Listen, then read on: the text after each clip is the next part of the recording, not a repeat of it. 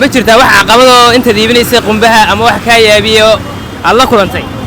la wax iga macnaa nin aad arkaysa macnaa 10 xabba 20 qaaday arkaysa si fiican qumbo wallahi kaliyaashii buu safeynaya ya ugu weyn loo cabay inta badan ay dadku caafimaad ka helaan ma kaliyaha waa kaliyaha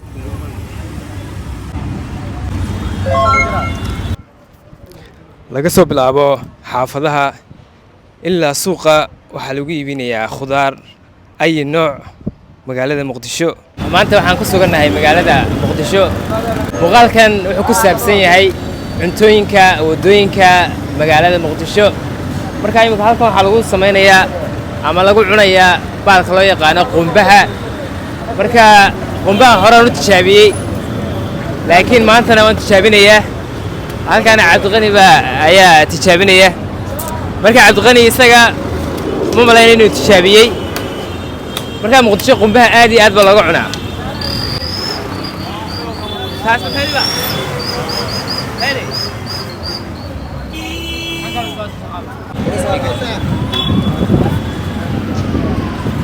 marka ana xabadaas insha Allah tijaabin doona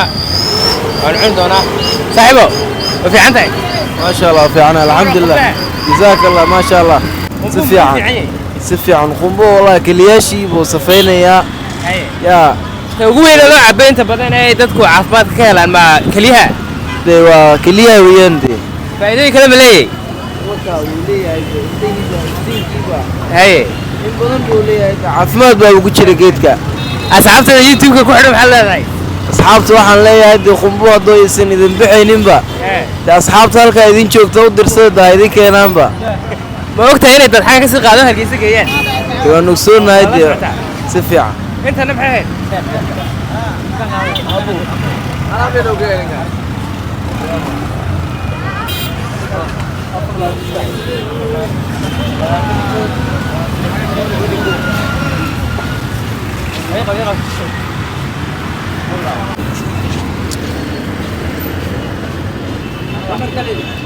يا إلهي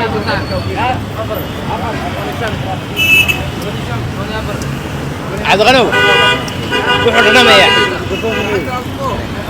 وحنا دمية شمام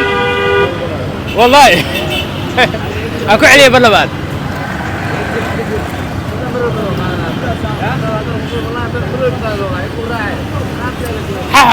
حاب يرى الآن معانا الهين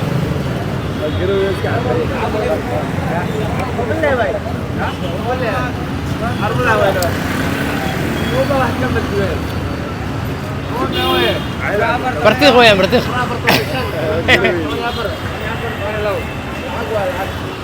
قميص وين قميص ابدا 1.5 وعبيه نص دولار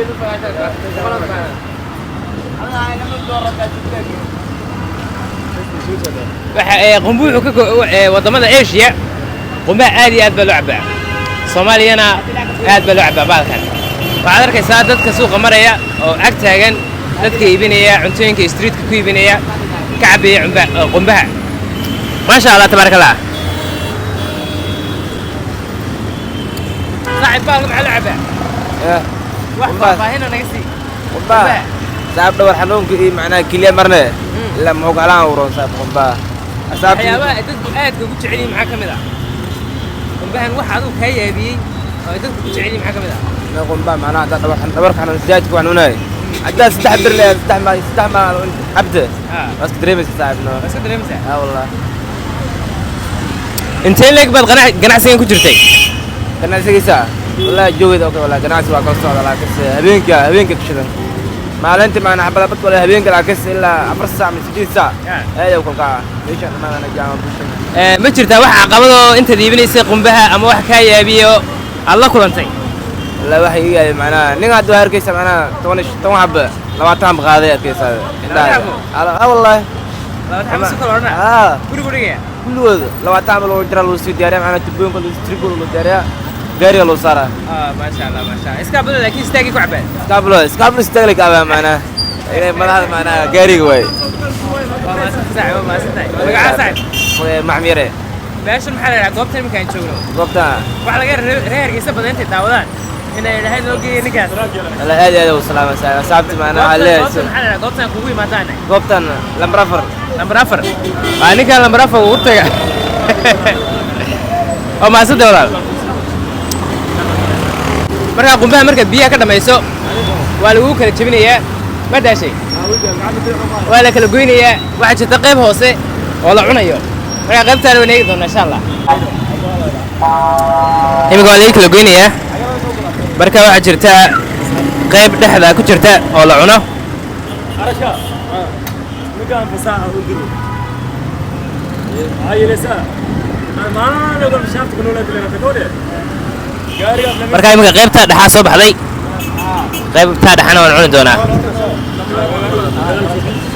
iqabo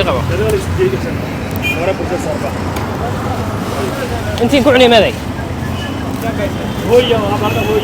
jabki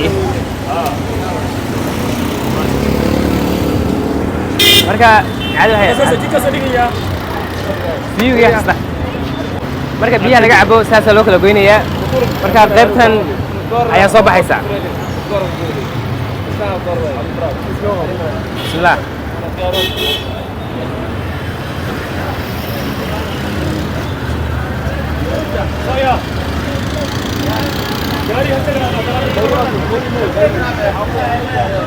qaybtan ma biyiga macaan waxa weeyaan fresh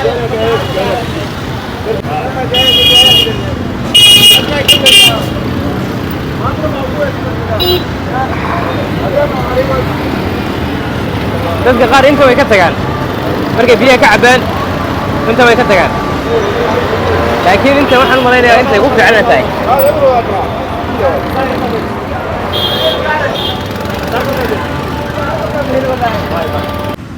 waxaan joognaa magaalada Muqdisho waxaan joognaa mid ka mid ah meelaha laga cunteeyo maqaaxiyaha laga cunteeyo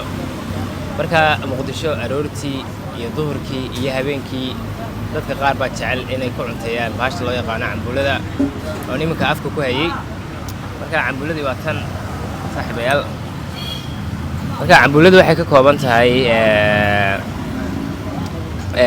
digir iyo qamadi iyo salbuuko bahal loo yaqaano dadka qaar baa sonkorta ku cuna sidoo kale biyo iyo shaah bigaysa marka xagga hoosena waxa ku jirta waxa ka qoyan waxa weeyaan macsar bal dusha laga daray waxaas waa macsar saafiya marka halkan waxa jooga ninkii Cabdi Qani horta waa cunto natural ah oo caadi ah waxaan cunaynaa waxa weeyaan cambuulo marka muuqaalada marka laga yimaado waa baashii aan aad u jeclaa inta halkan imaan ku haystaa waxa maanta iyo shalay baan cunay inta joogan insha Allah waan cunaya haddii la dhaho waa digir caadi ah waa digir qaban ha market gooni ma maalmo tijaabinaya haddii la dhaho ma ka fikraay in gooni maalin cuno marka insha Allah tijaabin haddii la dhaho haddii aad reer Muqdisho tahay oo cambuuladan iyo salbuukadan aad faahfaahin dheeraad ah naga siin karto qaybta hoose commentiga iyo xiliyada ay ugu fiican tahay la cuno iyo qaababka loo cuno insha Allah waan nala soo socodsiin doontaa haddii sidoo kale aad garanayso meelaha qaar aan booqano oo cuntooyin khatar lagu hayo iyadana waan nala soo socodsiin doontaan insha Allah aad baad u mahadsantihiin commentiga iyo faaladeyna inta waan akhristay idinka